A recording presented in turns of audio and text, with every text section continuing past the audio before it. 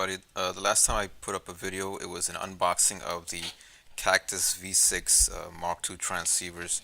Unfortunately, this video is going to have to be a reboxing of them. I had a lot of high hopes for these transceiver. I was hoping to be able to use it with, as I said in my earlier video, with the Panasonic GX8 Micro Four Thirds camera. So I had a lot of high hopes, especially for high-speed sync. I was hoping to kind of incorporate this camera more into my portraits and that kind of thing. And unfortunately, I haven't been able to do that. I did have, I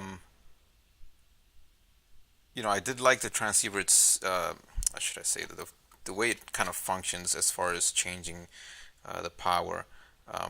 When I first did it, started working with it, I actually started thinking I would start using this with my Canon cameras as well, the 5D Mark III that I use, because it's for the simple fact that I liked how I don't know if that shows there, you can kind of, if you hit the group you're on, A, and then you kind of just use this knob to adjust power, and then B is here, and then it's just so much quicker to do that versus what I had before, or what I'm using now, I should say. Right now I'm using the Godox, and with this one, basically you kind of hit group, and you change power there, and then that does that, and then you have to kind of, if you want to change A, you have to do that and then hit group, and then this just seemed a lot easier to just kind of hit the button and use that to change power.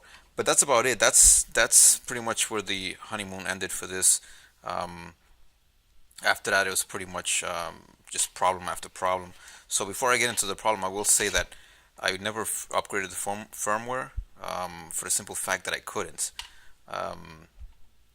And there is apparently an issue with upgrading the firmware, because they have a whole page on how to work around getting the issues on upgrading the firmware.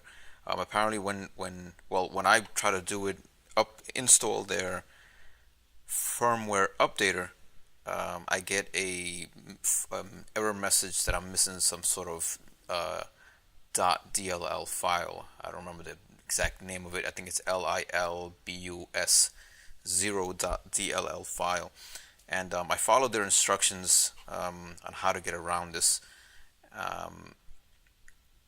and it's still I am unable to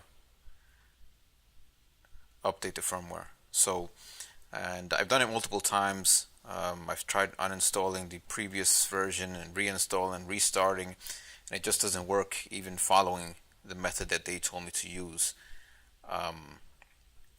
So I'm still on the original firmware. And if you look at the Cactus website, there's a lot of issues they're having with these. So it's not just me. There are a lot of people having all sorts of issues. So I guess I'll get into some of the issues that I'm having with it anyways. So first of all, like I said, I got it for the Micro Four Thirds for high-speed sync. When I first did, in the first video that I did, I said it worked. Well, yes, it works better than if you just try to fire this on like high-speed sync with something like this. This is a young node transceivers that I also use sometimes. I think I can get it to work as far as 1/400th as far as shutter speed, and before I start to show any sort of banding or anything. But in any case, I think that picture that I took in that first video was 1,000th shutter speed, and in that at that shutter speed, there's a slight banding at the top. It's not too bad. However, I later on tried it at 1/8000th with this, which is the highest shutter speed that this camera does, and yeah, there's a pretty heavy banding, black banding at the top, and there is no way to change I know for the Fuji cameras there is a way to have the camera learn the sync speed of the speed light that you're using with. In this with the Panasonic or Micro Four or any other camera for that matter. You can't do that. So yeah, so high speed sync doesn't work for me. I've tried different speed lights. I've tried my 430EX Canon and as well as the Adorama Flashpoint 360. So fine. So like I said, Micro Four Thirds didn't work. So I figured, you know what? I still like how the whole button thing here, how you change the power. It's just so much quicker than the way I can do it with these other two transceivers that I figured I could still use it with my Canon. However, not so much. With the Canon, the high speed sync does work. However, things come out just seem underexposed no matter what the camera readout says it should be and what it just things just come out darker than they should. So that's the first issue. The next one was the TTL pass through.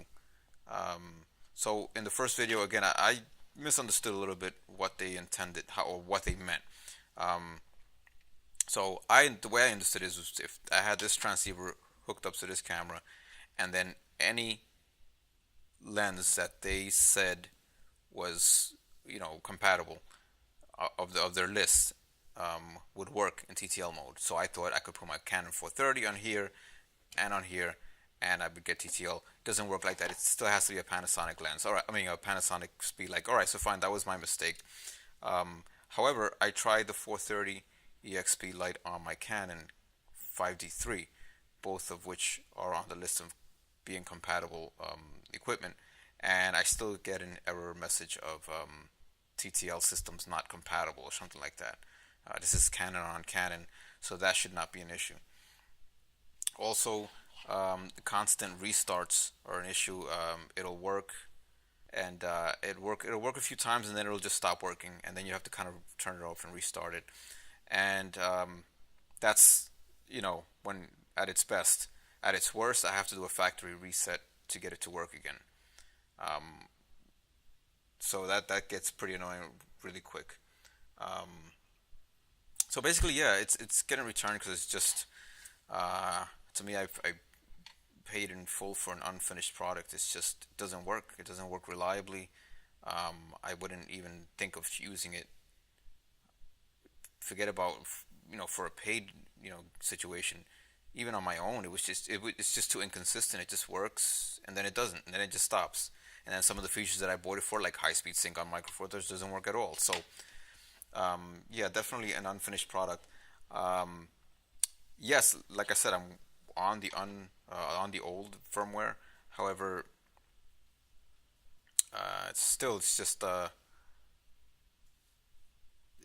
it should work. I mean, it should work 90%. You buy a product, you expect it to work mostly, maybe one or two things or a couple of things they need to fix in the firmware upgrade, but it just seems like they're fixing everything.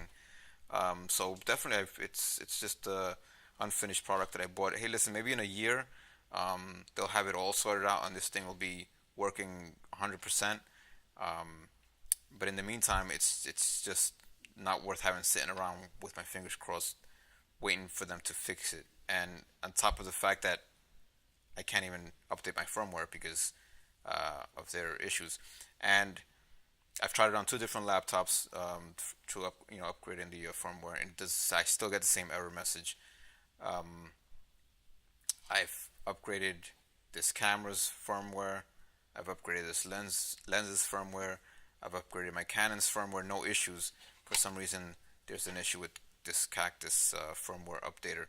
I'm not sure what that's about, if that's something that they have to do, but yeah, this is definitely something that's going to be going back. I couldn't recommend it as high as hope as I had for it. I could not recommend this transceiver to anybody just because I would never use it. Not even a day out to the park. Just for myself. Like, there are too many other options that are a lot more reliable and actually do what they say they will do. So that's it for this video. There you go, reboxed and on its way back. Alright, see you guys next time.